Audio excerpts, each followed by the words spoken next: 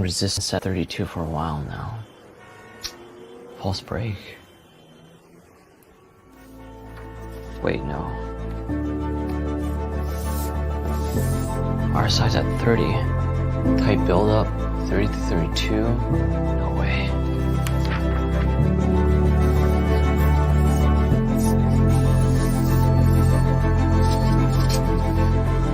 Holy shit. It's coming.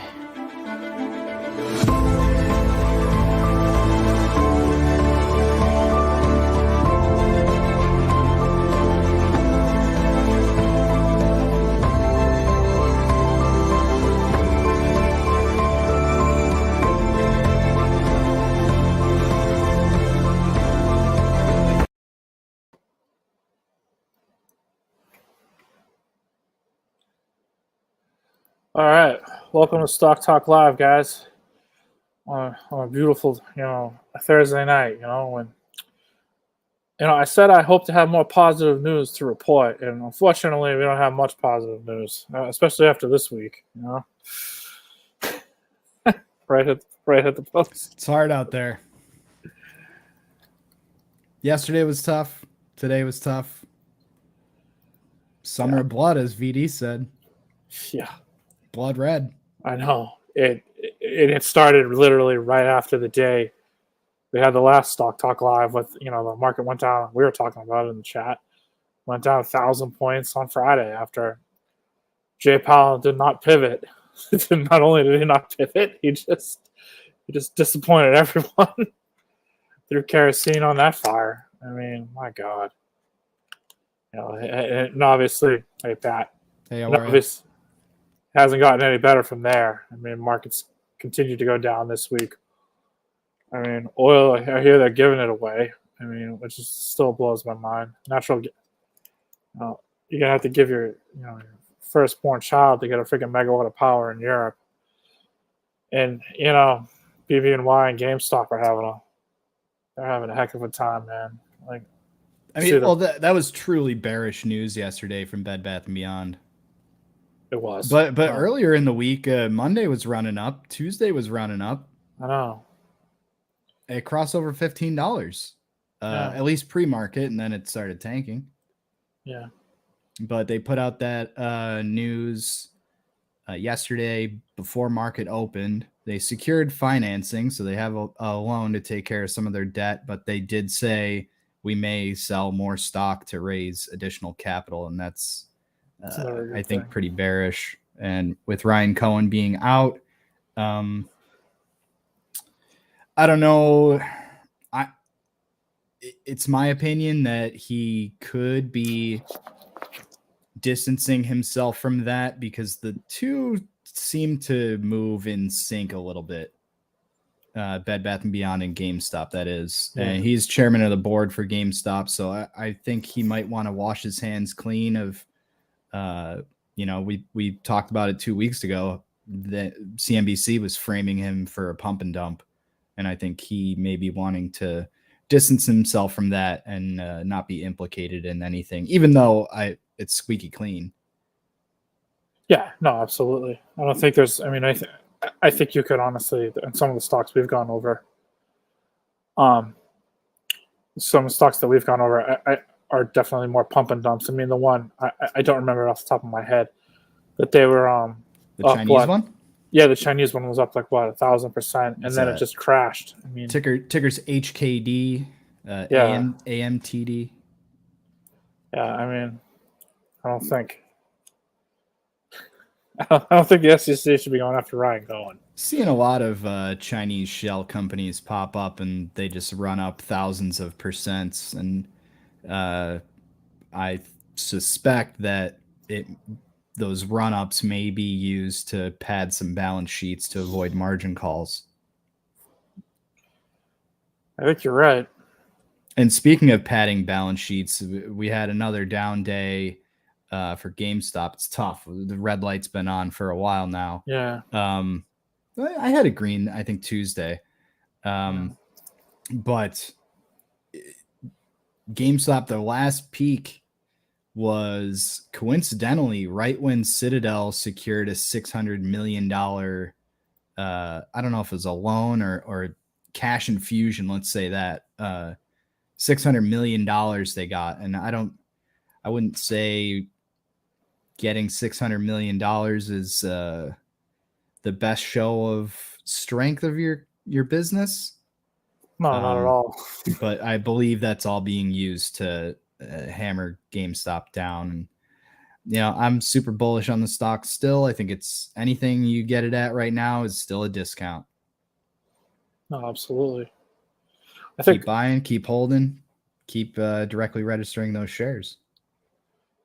I think you could say that a lot, not only about GameStop, but I think you could say that about the market overall right now. I mean, I think even though, we talk about things are, that are going down, we're not in the best place, there's a lot of good value companies out there that if you hold up, start building a position at these lower levels, when the market does turn around, which it will eventually. I mean, this can't go on forever. I'm not predicting next month, guys, that it's going to go up, but I'm just saying, you can, this is, after big losses like this, it is opportune time to, build positions in stocks that you feel that have good value and whatnot. Absolutely. Just an update from computershared.net. More than 50% of the outstanding shares here have been directly registered per the Reddit bot. That's as of yesterday. 50%? So it increased from last week.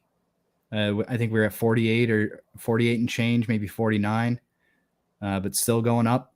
And the problem that people who are betting against GameStop are going to have is the lower the price goes, the more people can buy and the more they can directly register. So we mentioned it before, the floor is getting higher and the ceiling is getting lower, and it's just creating a wedge. Oh, absolutely. And I think a lot of people are selling right now are, getting caught up in what the big market swing on Friday and the big market swings that have been happening over the past couple of days. A lot of people, I think, are scared out of good companies, good long-term companies, and are just dumping because either they need the money, which I mean is understandable, or they're reacting on emotion instead of really looking at solid fundamentals, which unfortunately in like I don't know how you feel about this post, but like in the Twitter age and in the Reddit age, I think a lot of people act on just raw emotion instead of really sitting back and taking a look at a company and taking it for what it's worth.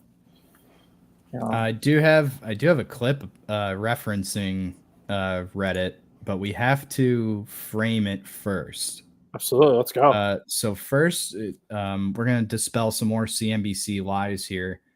They had a guest on Monday, and her name's Kristen Bitterly. Her name will be on the clip. But I just want to preface this.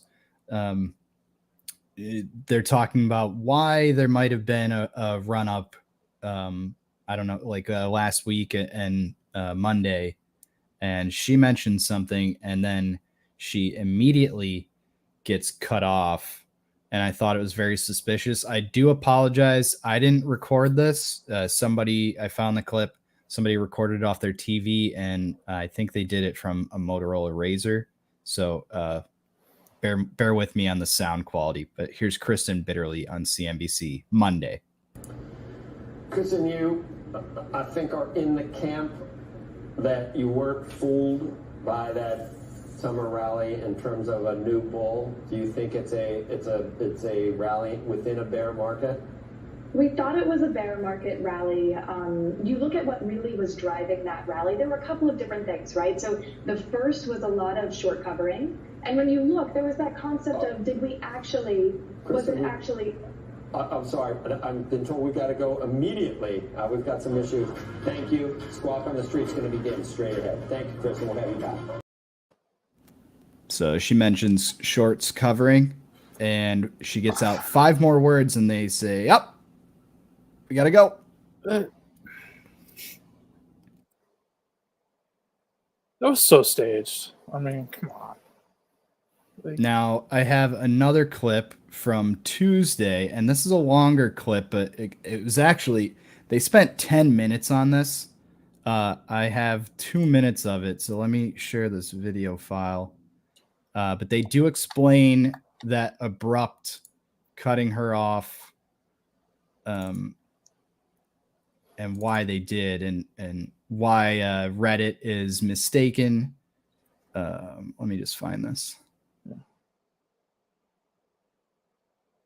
Like, I didn't say to play. I mean, I said to play Keno, but I mean, I would hopefully you would understand that was a joke. I mean, that's not a good, solid economic plan at all. I'm sorry, a 6-month-old can't look you in the eyes. Had commentary yesterday, but they will take that 20 seconds where I said we've got to go to break, right. And I explained to everyone audio problems, no cameras at the. It doesn't matter. None of that mattered. Because they don't see the actual product. Many people online, all they see is something that's shared. They see the clip. The clip goes viral, and that's the only. You don't go to the original source. And this all goes back to Melvin Capital or something, and shorts, and all she was doing was making a generic point. Someone was in my ear. I didn't hear a point. She was making a generic point about short covering rally. A short covering rally. People were positioned short. She was getting ready to say that. Suddenly, I've got to be there. I was here till 9:15 yesterday. I was interviewing Jim Cramer on his own show. He was doing a phoner. David Faber came on later, and his audio was going through. It doesn't matter. None of that mattered. I told him all that. Yeah. They don't care. And it just makes me wonder about Reddit and Twitter and social media and the world we're in right now. I don't think it's a great world. About anything. I mean, they could do this with a politician. They do. And they do. On both sides. And the level of sort of, it is a true clip.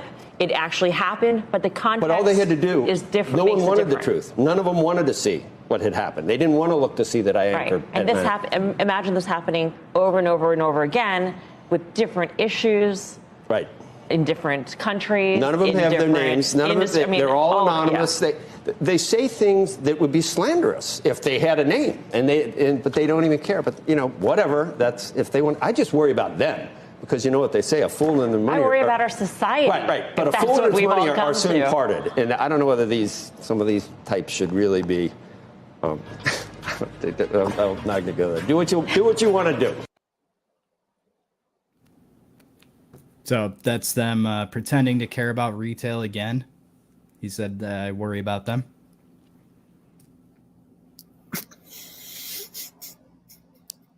So I have one other clip in this sequence to round this out. So they just said, we had technical issues. We had to go.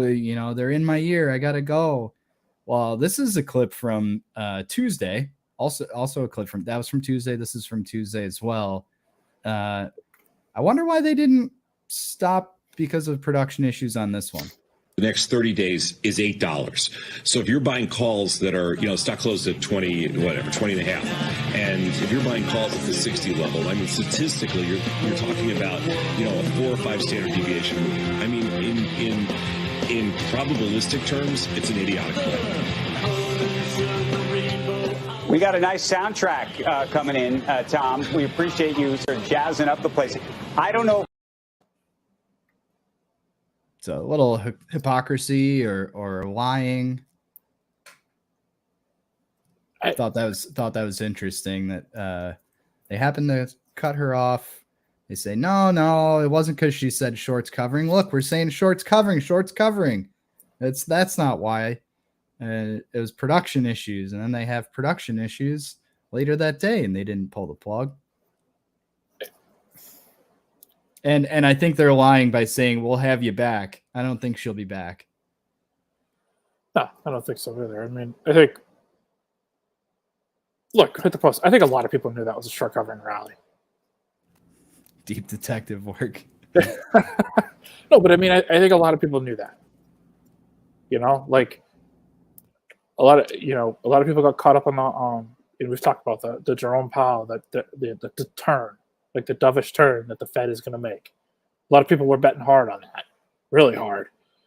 And when that didn't happen on Friday, people just said, to heck with this. I'm out of here. and then the market went down 1,000 points. Everyone's acting like this is like a shock. I mean, look, I mean, CNBC should know this. CPI goes from 8.6 to 8.1. That's not enough to make this dovish turn where we're going to be cutting interest rates, and we both know that. It all seems so fake. I know, dude. I mean, dude, we know that now. We know that at like 4 o'clock in the morning, like coming out of Alumni Pizza. I mean, if you're up that If you're early, up that- check out the yeah. German markets. You can get a sneak Yeah. peek at what might happen. It does what Germany does in the first 2 hours or so, from 2 a.m. to 4 a.m. Isn't really indicative of what a ticker is going to do the rest of the day. But I watch it if I happen to wake up in the middle of the night. There's a guy on Reddit that does a daily post, Diamantenhande. It's diamond hands in German. So he posts 5-minute intervals what GameStop's stock price is doing. Yeah. Whether it went up or down from the previous 5-minute interval, and also he gives volume.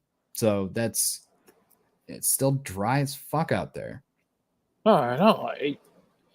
I think it was. I'm seeing your comments, Mike. We'll definitely get to them. Yeah. Especially the last one.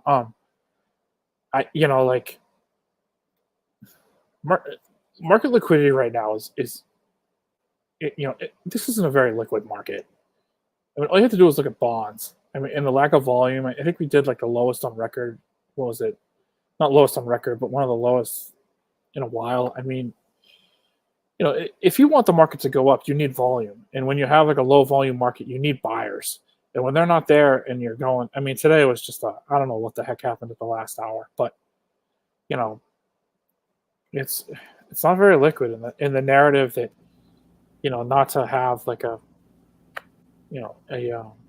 commentator that isn't really a bull and says it's short covering, and then to cut her off is obviously it's not good journalism. It's not good ethics and whatnot.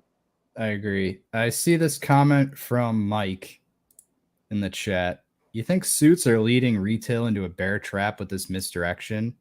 Some news came out. I know I talk about GameStop a lot, but I mean, this is very relevant to that. AMC and GME ETF, both of them have been filled. So recent rule change, you're allowed to have single stock ETFs. So if you don't like a stock and shorting's not good enough for you, you can buy this inverse ETF. So when GameStop goes down, you make money, and when GameStop goes up, you lose off that ETF.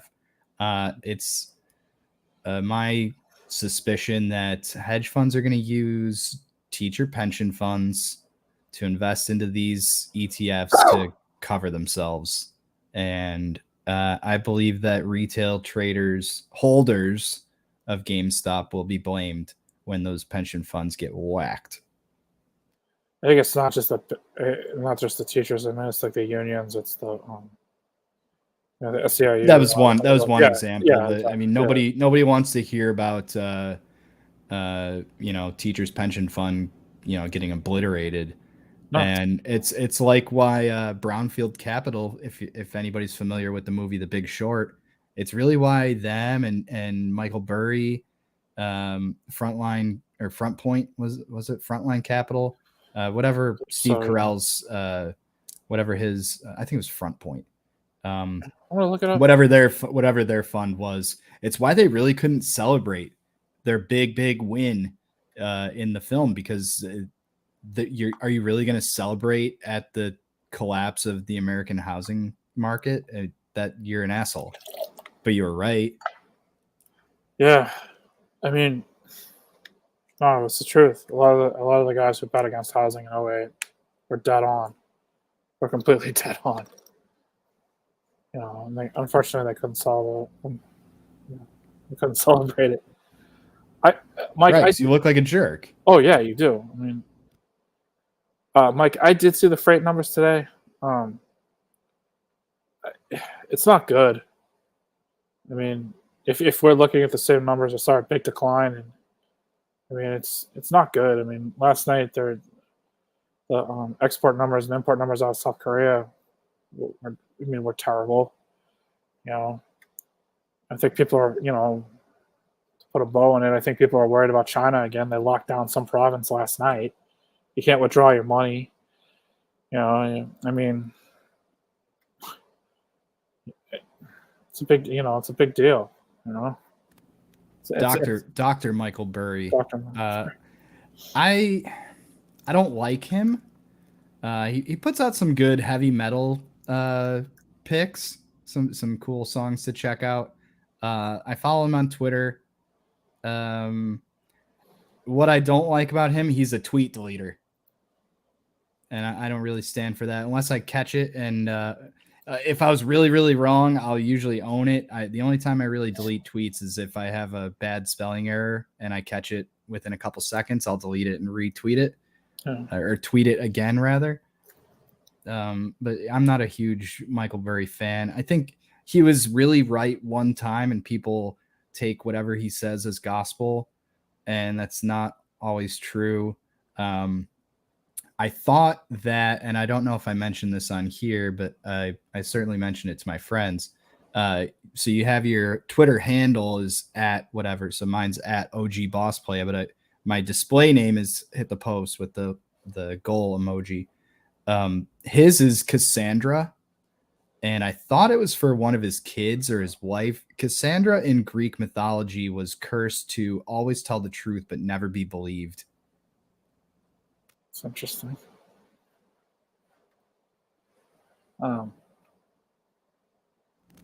Get him on HTP for a metal episode. It's a solo show, but I'll see if I can pull from his past tweets. He was looking at Motionless in White. He was listening to them recently. I had something else on CNBC, Robbie. Yeah, let's go. Let me just pull this up. So after Kristen Bitterly mentioned about the shorts covering, and that clip kind of went viral around Reddit and Twitter a bit. There were some Indian there's some Indian algorithms that seem to be pushing down that search. CNBC covering. These are things that have nothing to do with it. I thought that was interesting that some Indian Twitter or Reddit algorithms it seemed to be forcing those clips and posts about the shorts covering, seem to be pushing those out of being viewed. Sorry, I mean, little tinfoil for you. I did a tinfoil Tuesday for my friends. So GameStop's earnings, my tinfoil Tuesday, GameStop's earnings are a week from yesterday. That'll be September 7th. The Ethereum merge, which I'll be honest, I don't really understand crypto too much. I know GameStop's marketplace is built on Ethereum. There's a merge. You can buy Ethereum on Robinhood, and trading of it will be affected on that day, the 15th. So that's the 7th, and 8 days later, we have the merge. And I also saw the Pope requested that by September 30th, all Vatican assets need to be in the Vatican Bank. I wonder if those are connected. That's a little tinfoil for you. It's really weird. What does the Vatican know that we don't? Yep. Yeah, I thought Cassandra was for one of his kids or something, but no, it's a reference to Greek mythology.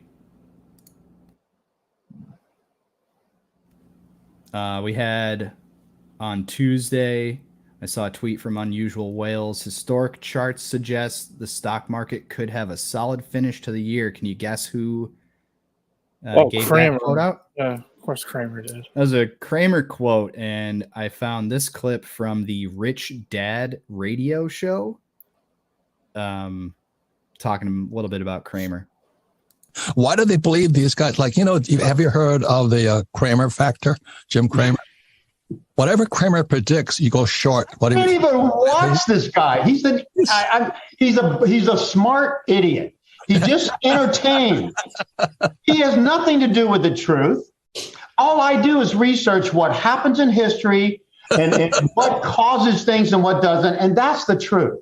So, and you do not get a bubble like this. There has been no bubble any time in all of history that has not burst badly and rapidly when it does, and it's already started. And people are still in denial, included stupid Kramer. He's an idiot. Doesn't he not look like an idiot? Does he act like an idiot? Well, he's like a duck. He's a duck. Telling it like it is. No, he is. I mean, look, make the bullish case right now. Seriously, make it. What do we base? Like, if you're really gonna make it's like sell me this pen. Like, what is the bullish case? Like right now into December. Like honestly, like, is Robbie V gonna become head of the Fed and just put interest rates to 0.25? Like, best bullish case I can make was Ryan Cohen was betting on Bed Bath & Beyond going to 80 by January. He was betting for it to go to 80. He also thought it would go to 75. He also thought it would go at least to 60. Yeah. So maybe something by the end of the year. The only bullish cases I can make are for GameStop and Bed Bath & Beyond, I think. Maybe not so much Bed Bath & Beyond anymore. But GameStop this week, I'll get my GameStop stuff out of the way and be done for the rest of the show. But they released their I don't know how it's pronounced. It's GM America, Gamerica. America. It's America with a G in front. How about that? Yeah. But they released that line of NFTs as I don't remember how many they minted, but those went on sale, sold out. I think that was Tuesday or Wednesday. I think it was Tuesday. That went out, sold out, and I believe they made like $375,000 in profit off of that. Oh, wow. It's a good, nice chunk of change. Yeah, and the transfer fees on that it's like less than $5. Right. So it's their marketplace, the way that it's designed, and I don't fully understand the crypto stuff and layer 1, layer 2, and all that stuff. I'm not going to pretend to understand it, but I know that on other Coinbase, on their exchange, if you want to go from this currency to another cryptocurrency, it costs a good amount of money, just even for like a couple $1,000. If you want to convert. This is, you can do hundreds of thousands for like $2. It's yeah. So I don't fully understand that, but very low transfer fees is a huge draw. Was Kramer always a nasty guy? He used to work for a hedge fund.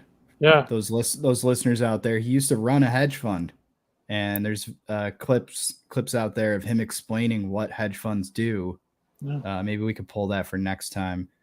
There was something else I got to go back in my notes. I meant to pull something for today, and I didn't. A little busy this week. Yeah, he also he used to run the Street.com, which back in the 90s was like one of the go-to websites before he went on CNBC. It was must read.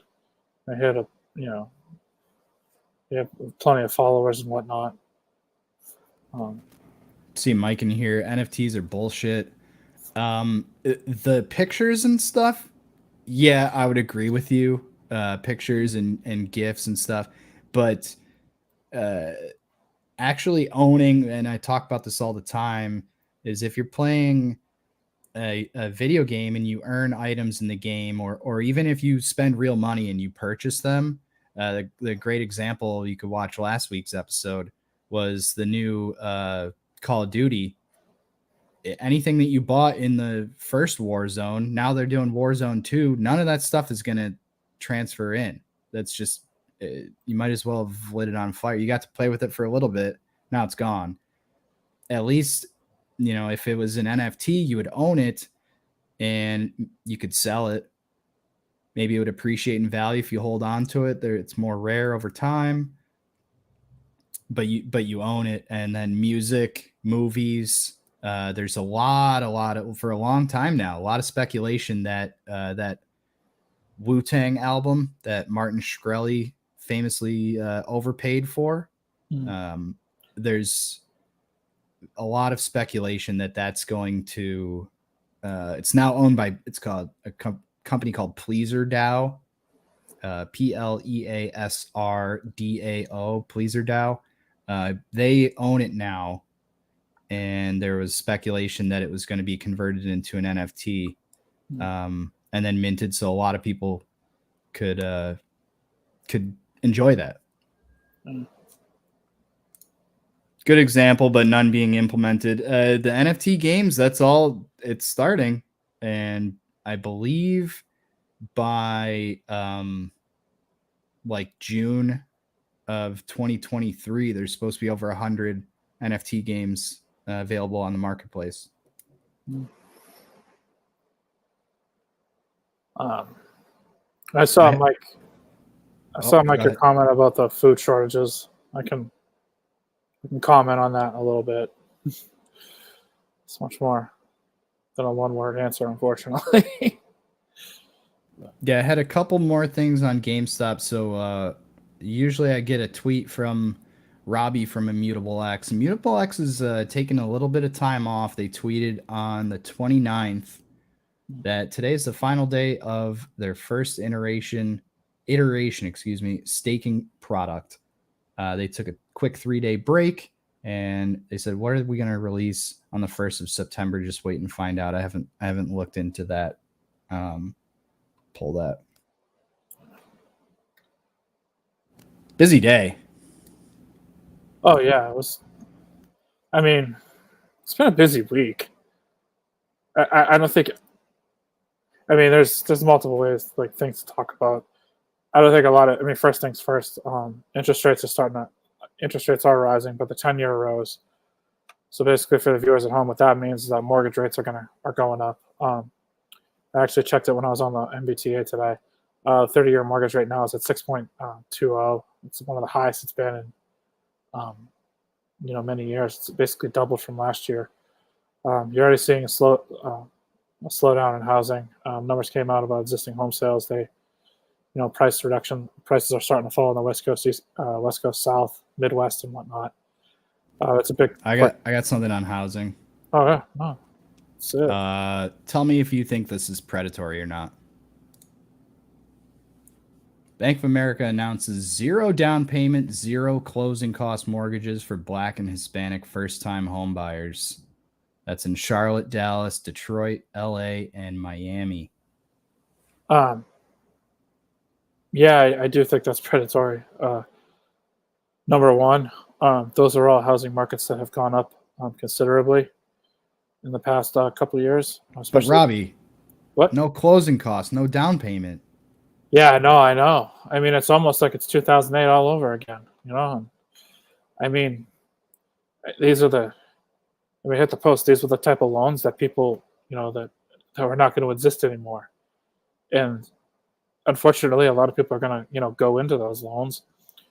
Right now, is at the top as the ice is melting beneath their feet, and it's not good, man. And what does he say in The Big Short? Adjustable rates, dog shit. Oh, they are, and rock bottom FICO scores. I know.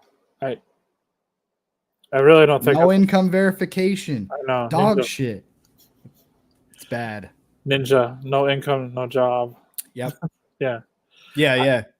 I mean, I did see that, and I think, like, a lot of people, to me, it's a real sign that there are problems, and obviously they're structural problems, because if you're willing to do that and take that big a risk to prop something up and to get your mortgage department moving, that's obviously not good. And it has nothing to do with race. This is for Black and Hispanic first-time home buyers. This had nothing to do with race. This is anybody. You have to red flag has to be going off in your head. Like, what's the catch here? Yeah. No closing costs, no down payment. I can just move in. I have my first home, never owned a home. This sounds too good to be true. Yeah, I mean, I don't think. I think that screams problems and screams, foreclosure and whatnot. Bloomberg actually came out and said there was a headline. It was on Twitter. I'm sorry, I can't cite it, but it was something that like 5.4 million homes right now are in. I think it's not in foreclosure, but are 90 days like default. I thought you were going to talk about a different Bloomberg headline. Oh no, not that. It's been a long week. Which one did you think? Oh no, not that one. That's from yesterday. Offices in Frankfurt got raided. I know. I mean,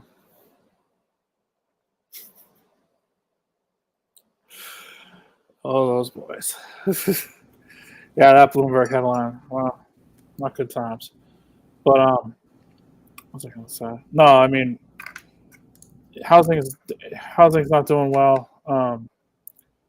Manufacturing numbers came out today. I think it was the Eurozone, Canada, and I think Mexico. Maybe Mexico. They're all contracting right now. United States is barely hanging on any sort of expansion. Obviously, that's not good for our economy, and I don't know how the hell they're gonna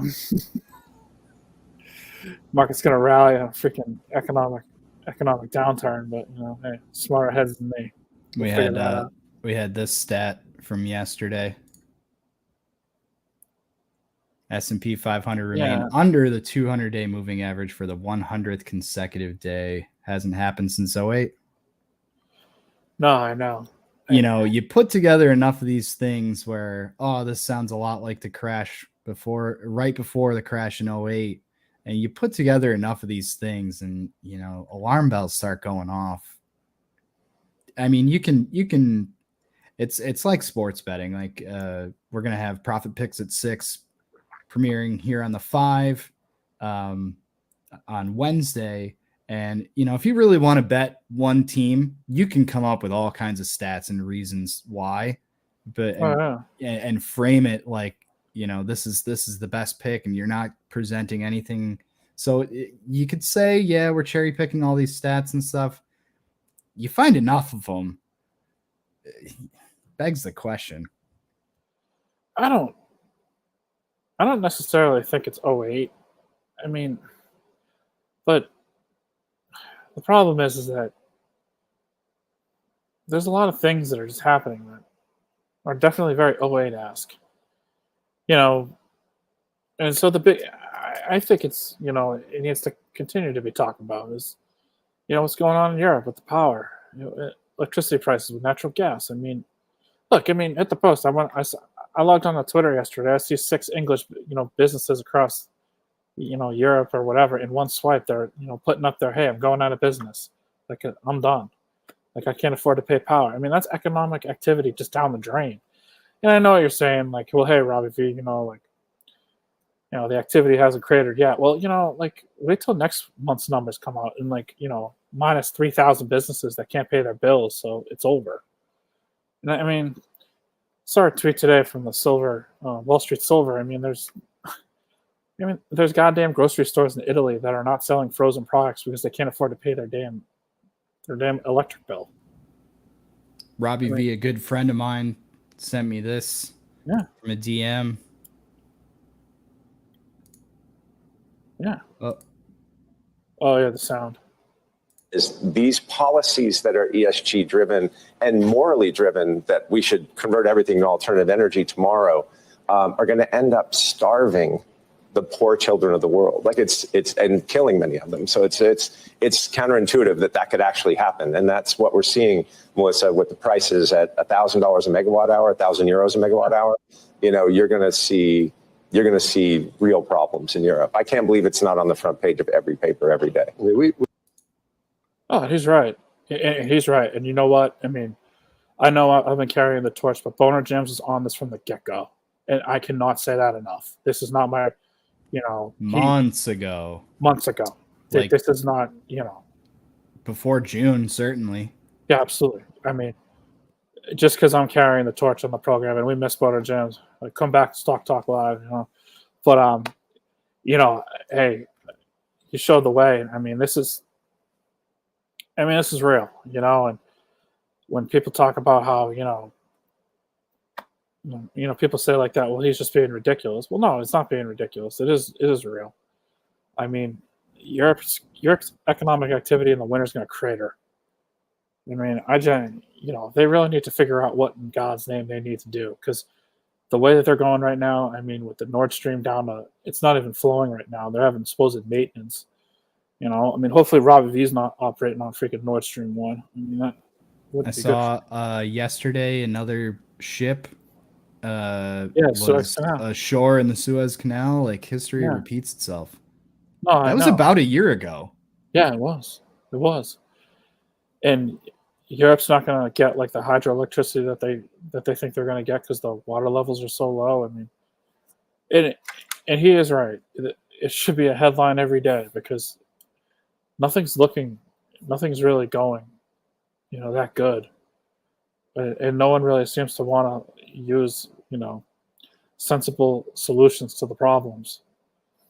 And by sensible solutions, I mean like restarting the nuclear power plants. I mean, you have to do what you have to do. I realize what's going on in Russia and Ukraine is awful, but you can't just have half your entire country's freaking, freeze to death. And that's not really an option either, along with their economy and, economic activity and whatnot. And by the way, like, you'd have to be living under a rock not to think that that's going to affect us, or is going to affect us down the line, because, what's happening is that all these, there's a lot of chemical plants and fertilizer plants that are, not producing fertilizer right now. And yeah, that could lead to food shortages in 2023. That's a real issue. Do I hope it is? Of course not. I mean, I wouldn't want that for anyone. I'm not rooting for that, but it is an issue that could happen. I mean, you pray to God it doesn't. I mean, every day on Twitter, if you follow Wall Street Silver, or you follow Zero Hedge, or you follow other, that Counter Signal guy who originally covered the Dutch farmers, I mean, there's a company every day that's not producing fertilizer due to the rising cost of European natural gas. That's real. I like freaking peppers and steak as much as the next guy. Let's figure out some solutions. Let's go. I don't know. I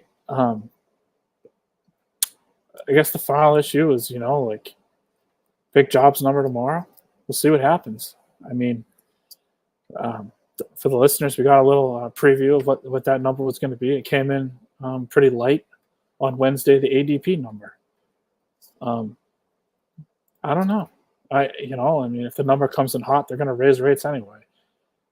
Right now, as of this broadcast, the chances of a 0.75 rate or a 70 rate hike in September is 75%. If jobs number comes in a week, yeah, they could go down, but I still stand by that prediction. It's Ravi's block of September, I guess. There you go. Yeah, there you go. I did looked up. Let me get two more GameStop things. I did look up that Immutable X. They went live with their staking rewards. I'll have to read into that and see what exactly that entails.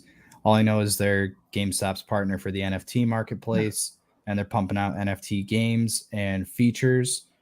I just see one tweet here. They reached some more grants, so they say that means more games. They have trading rewards now. That means more trading. Staking rewards leads to more players, more games, more players, more trading, more games. They're really excited about it. So something to be bullish about for GameStop. And then I had one other from Monday when GameStop was up. And I shared this with my friends and shared this in our financial Twitter DM thread. If you want in there, let one of us know, and you're welcome in.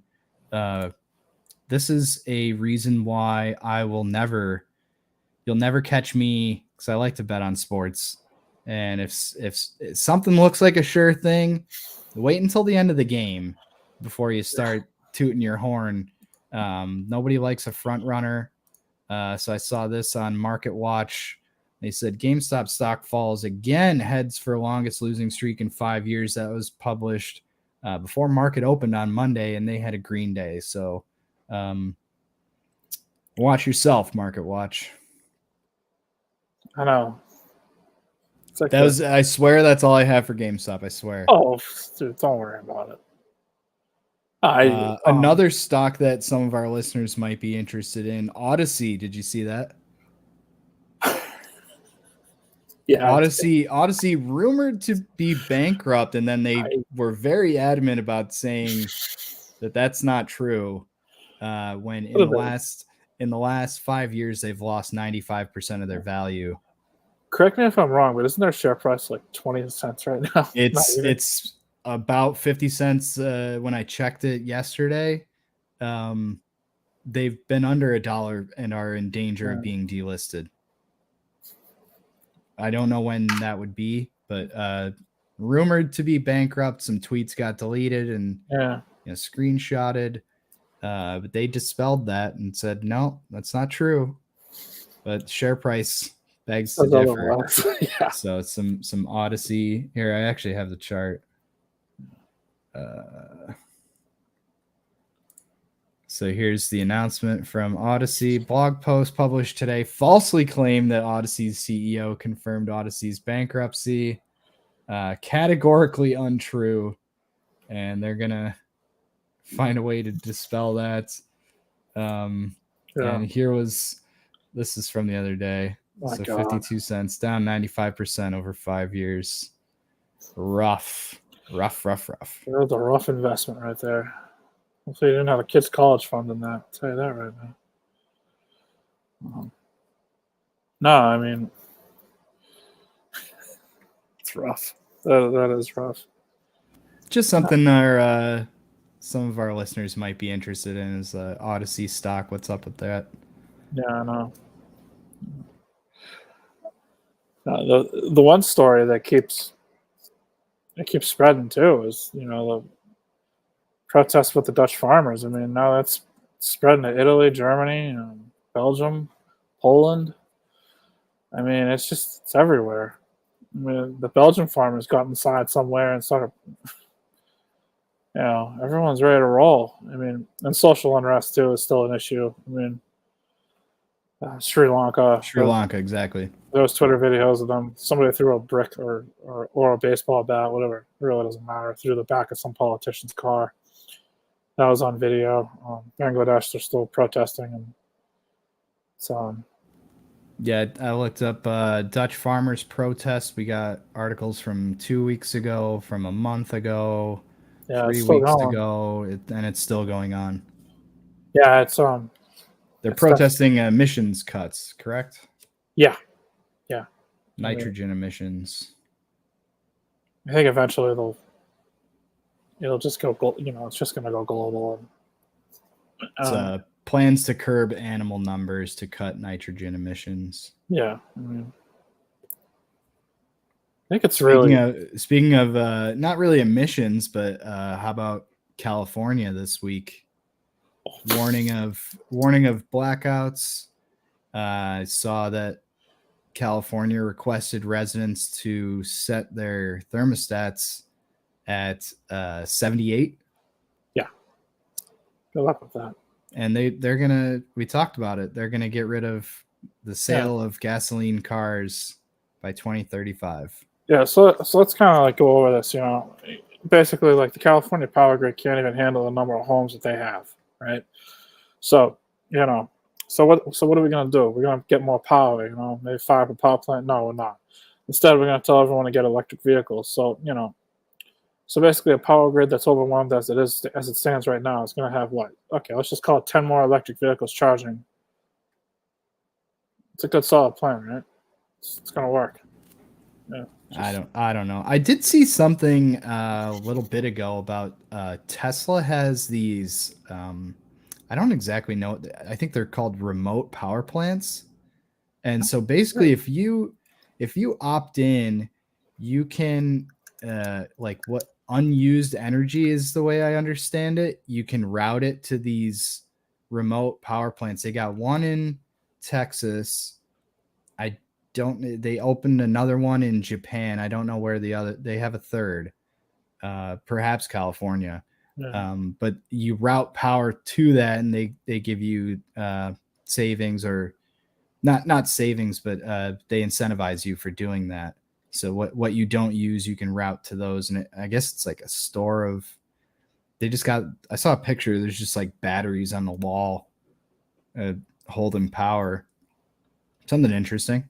Yeah, no, I mean, it's definitely a new way to do it. I mean, I just think the California thing. I mean,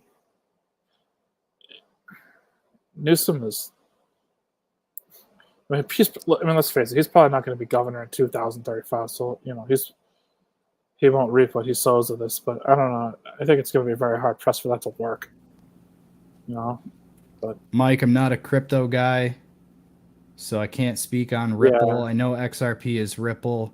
I mentioned it before. XRT is the ticker as an ETF. It's the retail ETF that GameStop trades in. So I like to watch that one as well.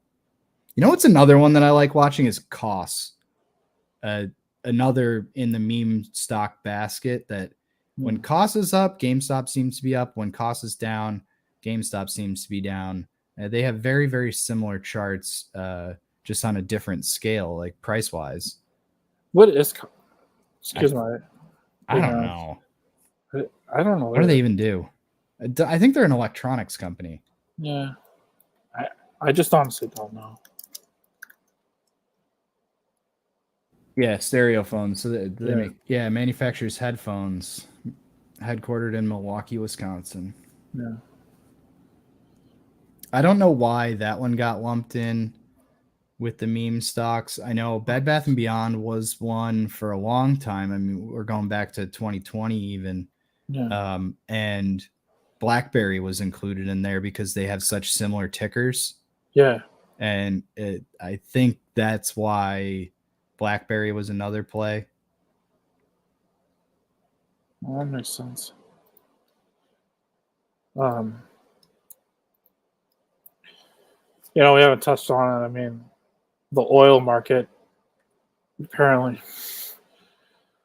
a little surprised to see crude getting shredded day after day after day. But,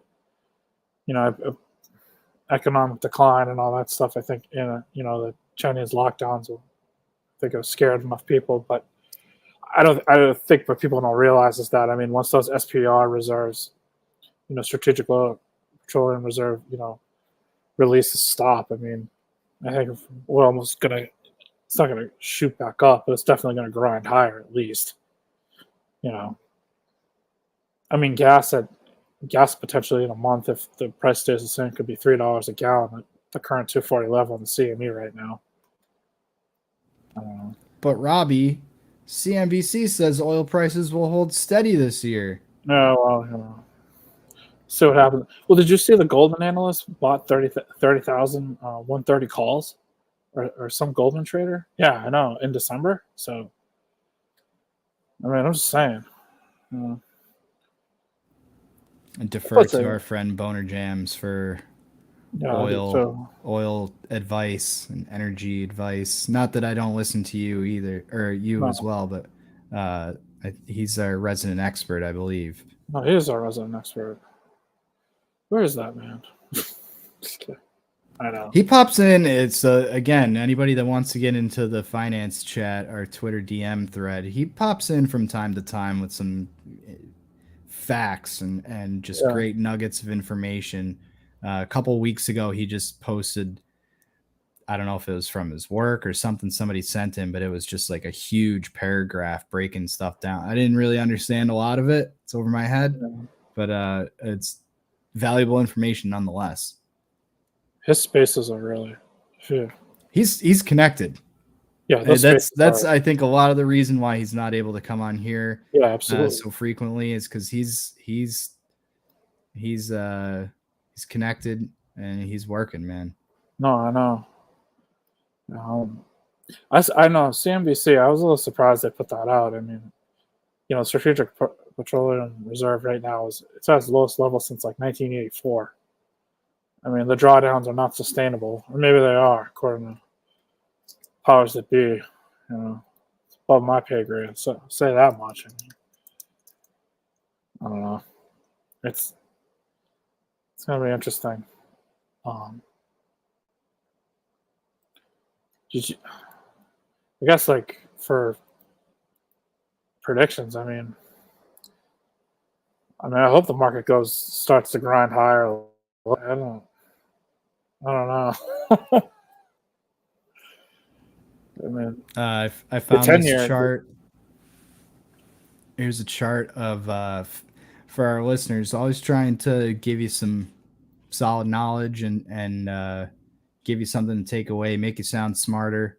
Hopefully, learn something watching this. So there's an acronym if you ever see it, FANG. FANG with 2 A's, and what that stands for is Facebook, which is now Meta, Apple, Amazon, Netflix, and Google, which is now Alphabet. So kind of ruin the FANG, but here's some FANG quarter-over-quarter revenue growth, dating back to 2011. Declining growth across the board. Yeah. And these are big time companies. Netflix got whacked this year. Yeah. I was surprised Amazon hasn't been doing so hot. If anybody uses I'm not promoting it. I like it because if you open up a new tab in Microsoft Edge, it pulls up relevant articles for the day. If there's any breaking news that's relevant worldwide or to the US as a whole, will generally be up there at the top. You can play on their market, the money section, where I watch stocks throughout the day. You can play a little game once a day, and it gives you, would you pick this stock or this stock? If you got $1,000 on each choice, it gives you 5 choices a day, and it's this one or this one. And it was Amazon versus somebody today. I picked Amazon, and it was a big loser. That's a fun one. Oil stocks. You always pick the oil stock if you play the game. But you learn something that way, is what's been doing well, what's not. And right now, the name of the game is pick one that's losing the least. I know. Because a lot of times it's like it'll say you could have lost $72 or you could have lost $600 or something. So, and it'll show you what the best choices would have been for the 5 that they present, or the 5 pairs, and it tracks it day to day how much money you got left over. It's fun. Yeah, good way to learn for free. You don't actually have to invest $1,000 into these, but it shows you which one's performing better than the other, and you can look into them on your own. Absolutely. Sometimes the best mistakes you can make are the ones that are free on these games, right? That's a huge thing. I think most business classes will do like a mock, even down to like elementary school kids, like pick one stock and you're gonna, we're gonna follow it the whole year or for X amount of months or a semester, and we'll see who did the best with their one investment or something like that. Oh no. I will say this: I do think, I guess for a prediction, I do think the employment numbers come in late tomorrow. I think that's the last indicator that is going to fall. I don't know. I guess too, real GDP. Oh, I might as well call it. What the hell? Call it September 21st. That the Atlanta GDP. The number will be negative. I don't know what it is right now. I know it's not negative. It will be by then. Because I don't think this economic data we're going to get for August is going to be that. It's going to be any good, to say the least. I'm writing it down. September 1st. Robbie V said. Yeah, might as well. In 20 days, Atlanta GDP negative. Yeah, it's going to be negative. mean, it has to be. Now, once those August numbers come in, and the 0.75. I mean, let's just let's try to hit it at 100% ratio. But I mean, see what happens, folks. It'll be all right. We're up against it. We just crossed over an hour. I don't think we got Bio Dude's book club tonight. I think Sig has resigned. Sig's resigned? I believe he resigned from that show, or at least he's taking another week off. I think he was on vacation last week, right? Oh, shoot. Well, I don't mean to misspeak, but it's my understanding that he was retiring. So I don't know if there's a Bio Dude book club after this. You got Hit the Post tomorrow night, 8 o'clock. You can go to hitthepost.live. Take you right there, 8 o'clock. I'm actually live 7:58 because I'm punctual, baby. And we'll have the Bio Dude experience after that. Yeah. And it's 420 somewhere, 8 o'clock Saturday. Yeah. It's a good way to start Labor Day weekend, folks. Yeah, long weekend. I'll probably make the joke for anybody that's not listening now. It's a Rico Bosco. It's a Rico Bosco joke. Every time the market's closed, how they get every stock to stay exactly the same price as Friday. It's because the market's going to be closed on Monday. All right. So you can expect that out of me next episode. Robbie, how come the market didn't move at all on Monday? It's corruption. It's manipulation. It's manipulation. All right, guys. Have a good weekend, everyone, and make the MVP move and tune in every week to Stock Talk Live. You get the real facts, not just some jabronis trying to push an agenda. Well, I have one agenda to push. Yeah. Pump it up. You got to pump it up, don't you know? Pump it up. You got to pump it up, don't you know? Pump it up.